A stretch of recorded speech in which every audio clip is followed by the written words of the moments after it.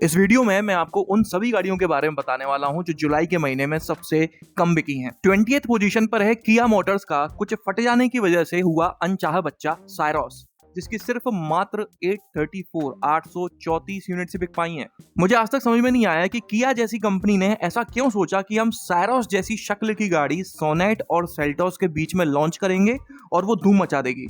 अंततः आप देख ही पा रहे हैं कि इतनी धूम मचाई है कि 20th लीस्ट सेलिंग कार बन गई है लॉन्च होने के कुछ महीनों में ही। 19th पोजीशन पर है हुंडई की वर्ना, जिसकी 826 यूनिट्स बिकी हैं जुलाई में पूरे भारत में। मैं लिख के दे सकता हूं, अगर वर्ना में आज भी सीएनजी या फिर डीजल, स्पेशली डीजल इंजन अगर आने लगे तो भाई वर्ना हर महीने कम से कम 2500 से 3000 बिकेगी। 18th पोजीशन पर आई है वर्ना की ही कॉम्पिटिटर होंडा सिटी, जिसकी 646 यूनिट्स बिकी हैं पूरे भारत में जुलाई में। सिटी में अब सिटी वाली बात रही कहां गई है। जो सेकंड लास्ट जनरेशन थी, मतलब शायद 5th जनरेशन होंडा सिटी थी, वो आज भी ज्यादा प्रीमियम लगती है इस लेटेस्ट जनरेशन होंडा सिटी से। 17th पोजीशन पर है मॉरिस गैराजेस की हेक्टर, जिसकी 579 यूनिट्स बिकी हैं पूरे भारत में। इंडियन ऑटोमोबाइल मार्केट भाई गजब ही है, बिल्कुल गजब ही। इसको समझना मतलब चील का मुंह ढूंढ के लाना। जब तक एमजी कंपनी कंप्लीटली चाइनीज थी तब तक इसकी गाड़ियां धड़ाधड़ बिक रही थी, किसी को कोई दिक्कत नहीं थी। जब से इंडियन जेएसडब्ल्यू ग्रुप ने इस कंपनी में स्टेक्स लिए हैं, अपने पैसे इन्वेस्ट किए हैं, तब से इस कंपनी की गाड़ियां बिकना कम हो गई हैं उल्टा, जबकि अब बिकनी चाहिए थी। खैर ये बात मुझे उतनी भी बुरी नहीं लग रही है, क्योंकि हेक्टर की चुटकी लेने वाली कोई और गाड़ी नहीं है, वो भी इंडियन ही है। टाटा की सफारी और हैरियर ने ही इस गाड़ी को बर्बाद किया है। डीजल इंजन में हेक्टर लगभग 22-22.5 लाख रुपए से मिलना शुरू होती है ऑन रोड प्राइसेस की बात करूं तो, जबकि हैरियर लगभग 18 लाख से शुरू हो जाती है और सफारी 18.5 लाख रुपए से ऑन रोड प्राइसेस में। और हैरियर और सफारी रियल लाइफ में हेक्टर से माइलेज भी अच्छा निकाल रहे होते हैं। खैर अपने को क्या, ऑल्टो खरीदने लायक पैसे नहीं है, बात कर रहे हैं हेक्टर सफारी हैरियर की। आगे बढ़ते हैं तो 16th पोजीशन पर है टोयोटा की रूमियन, जिसकी 576 यूनिट्स बिकी हैं पूरे भारत में जुलाई में। 15th पोजीशन पर भी टोयोटा की ही गाड़ी है हाइलक्स पिकअप ट्रक, जिसकी 370 यूनिट्स बिकी हैं। टोयोटा वाले हाइलक्स में कुछ चेंजेस करके इसकी सेल्स को डबल ट्रिपल तक ले जा सकते हैं, लेकिन भगवान जाने भाई इन लोगों का दिमाग कहाँ लगा रहता है। इंतजार करते हैं कि कोई दूसरी कंपनी आएगी, इनको गाड़ियां देगी, तब जाके इनकी सेल्स बूस्टअप होगी। 14th पोजीशन पर आया है मारुति का खिलौना जिम्नी, जिसकी 362 यूनिट से बिक पाई हैं। अगर आप लोगों को याद हो तो इस गाड़ी के लॉन्च होने का बेसब्री से इंतजार किया गया है, और जब इस गाड़ी को वाकई में लॉन्च किया गया तो भाई इसको देखकर लोगों ने मुंह टेढ़ा नहीं बनाया, ऊपर से पेट पकड़ पकड़ के हंसे हैं। कस्टमर्स को समझ नहीं आ रहा था कि वो खुद के लिए गाड़ी लेने आया है या अपने बच्चे के लिए खिलौना। 13th पोजीशन पर आई है मारुति की इन्विक्टो। भाई इसकी सिर्फ 351 यूनिट्स ही बिक पाई हैं। मैंने इंडियन ऑटोमोबाइल मार्केट में आज तक नहीं देखा कि ऐसी कोई कंपनी पैदा हुई हो जिसने मारुति सुजुकी जैसी कंपनी से अपना उल्लू सीधा कर लिया हो, या फिर दूसरे शब्दों में कहूं कि मारुति जैसी कंपनी को पागल बना दिया हो। मारुति और टोयोटा के बीच में सालों पहले डील हुई थी कि मारुति टोयोटा की हाइब्रिड टेक्नोलॉजी को अपनी गाड़ियों में यूज करेगा और टोयोटा की गाड़ियों को रीबैच करके अपने शोरूम से बेचेगा भी,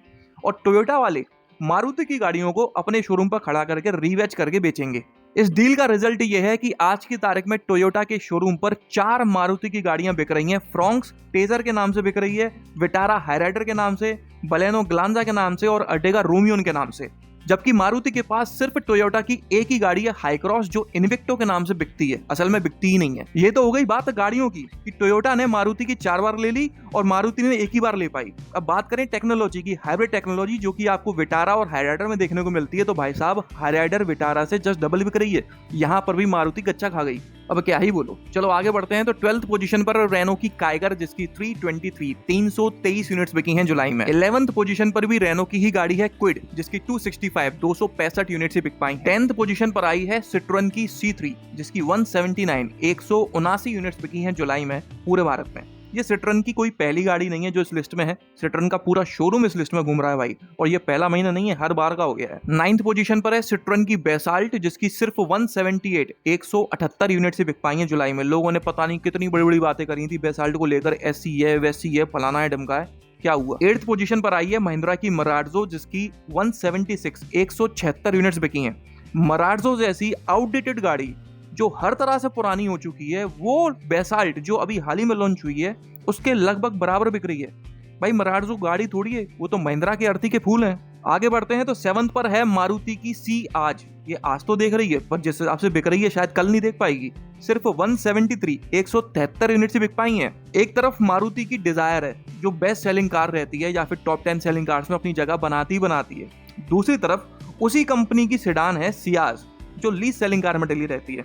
फिर मैं कहता हूँ कि भाई डिजायर टैक्सी में ज्यादा बिकती है तो लोगों को चुल होती है कि नहीं आप गलत कहते हो, आपको दिक्कत है मारुति से, फलाना धमाका। भाई रियलिटी है, ये जो है वही बताया जा रहा है आपको। आगे बढ़ते हैं तो 6th पोजीशन पर है जीप की कंपस जिसकी 129 यूनिट्स बिकी हैं। जीप वालों के पास इतना सुनहरा मौका था कंपस जैसी गाड़ी को टाइम पर अपग्रेड करके उसकी सेल्स को बरकरार रखने का। एक टाइम पर 2,500 से 3,000 यूनिट्स बिकती थी इस गाड़ी की हर महीने। कंपस ने जीप के 7 सितारे बुलंद कर दिए थे। लेकिन भाई जीप तो जीप ही है, सोती रही और आज की तारीख में ये हालत है कि मात्र 129 यूनिट से बिक पाई हैं और आज भी इसको ना अपग्रेड कर रहे हैं और ना ही मार्केट के हिसाब से रेलिवेंट बना रहे हैं। आगे बढ़े हैं तो 5th पोजीशन पर जीप की ही गाड़ी आई है मेरिडियन जिसकी 96 यूनिट से बिक पाई हैं। 4th पोजीशन पर है सिट्रोन की C3 एयरक्रॉस जिसकी 67 यूनिट से बिक पाई हैं जुलाई में। 3rd पोजीशन पर है मोरिस गैराज की एस्टर जिसकी 48 यूनिट्स बिकी हैं। मेरे ख्याल में मार्केट की ये इकलौती ऐसी गाड़ी है जिसके डैशबोर्ड पर डोनाल्ड ट्रंप जैसी शक्ल वाला एक गुड्डा मिलता है जिसको AI असिस्टेंट कहते हैं MG वाले। शायद यही वजह है जिस वजह से एस्टर बिकती नहीं है। कहने को यही शायद पहली गाड़ी थी MG की जिसमें एडास जैसा फीचर मिलने लगा था, वो भी काफी कम बजट में, लेकिन फिर भी इसकी बिक्री कभी नहीं हो पाई। 2nd पोजीशन पर है MG की ग्लॉस्टर जिसकी सिर्फ 16 यूनिट से बिक पाई हैं। 1 साल से ऊपर से सुन रहा हूं मैं इसका अपडेट आने वाला है, फेसलिफ्ट आने वाला है, ये आने वाला है, वो आने वाला है, कुछ नहीं आया है। अभी भी वही इंटेंसिटी वाली खबर है कि इस बार दिवाली पे पक्का आ जाएगा। देखते हैं क्या होता है। आ भी जाएगा तो जितना डिले इन्होंने कर दिया है लगता नहीं है कि फॉर्च्यूनर की सेल्स में रत्ती भर भी फर्क पड़ेगा। बात करते हैं सबसे कम बिकने वाली गाड़ी के बारे में जो बिकी ही नहीं है, सिट्रोन की C5 एयरक्रॉस।